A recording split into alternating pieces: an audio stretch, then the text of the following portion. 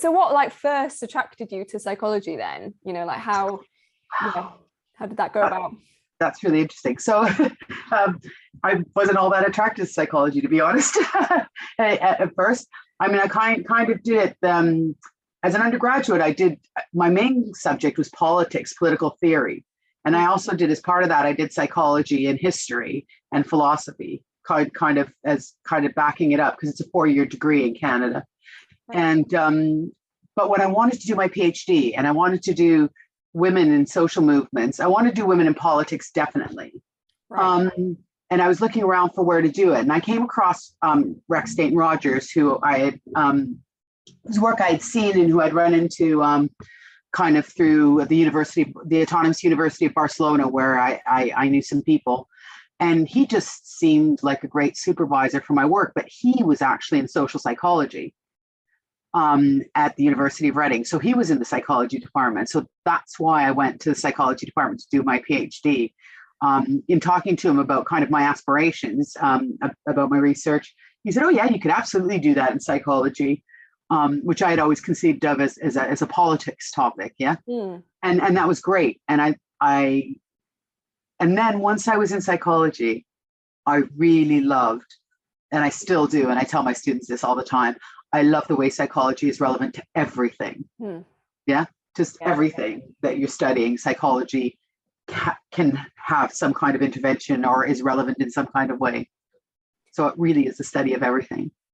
Yeah, that's a really interesting point. I totally agree. Yeah. So it was more kind of, I suppose, the person then and the topic that led you to psychology rather than. Yeah. But I was happy when I found myself there. Yeah. That's really interesting. And so in the same vein of kind of those things developing then, how did kind of your you were saying you were really interested in kind of women in politics. How did your kind of feminist identity develop, or like how did kind of feminism come into that? Yeah, so that came to me later in life than I think probably it should have. Mm. I think I was very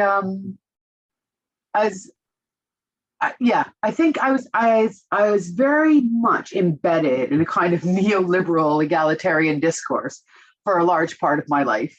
You know, even though it was a very left-wing one and a very communitarian one, it still followed that kind of individual achievement narrative. Mm-hmm. So where I was, aware of sexism, no question about that, I wasn't really involved in feminist politics per se. I was involved in politics. And I think that this is a history for a lot of people in a lot of cultural contexts. At that point, I was living in Spain. In Catalonia. So I think really, I thought very much of feminism as a political position, which, was there. Mm. But my politics were more kind of left-wing politics, rather than gendered or identity politics, I guess, in a sense. But when I came to the UK and I was studying, and obviously I was studying a topic that was very gender related, which was on gender. Obviously, I started reading literature, and then what I fell in love with was feminist theory. Mm. And I know there are lots of feminist theories, but what I love about that kind of work, people like Donna Haraway and Judith Butler, loved Valerie Walker-Dine. I loved the way it conceptualized the similarities and differences. I know that sounds really basic, but it's still, I loved that way of thinking about how things belong and don't belong. So that I became very interested in thinking about things like that. And then I became involved in POWES, to be fair. It's one of the first conferences I ever went to. It was like the end of my first year of my PhD. I'm not quite sure how. I think Erica Berman told me about it, actually. Who was someone I had met, but hadn't actually, knew very much about her work at that point yet. Yeah. And so I went to the POWES conference all by myself, and it was a really interesting. I was befriended by lovely Geraldine Moan, who kind of took pity on me and let me join her groups, and just started hearing really, really interesting discussions and debates and the way things were being considered and thought about. And again, that real notion of sameness and difference and boundaries that my research was about, that I've always cared about, how things are of us and not of us, which obviously social psychology is, very much what it does.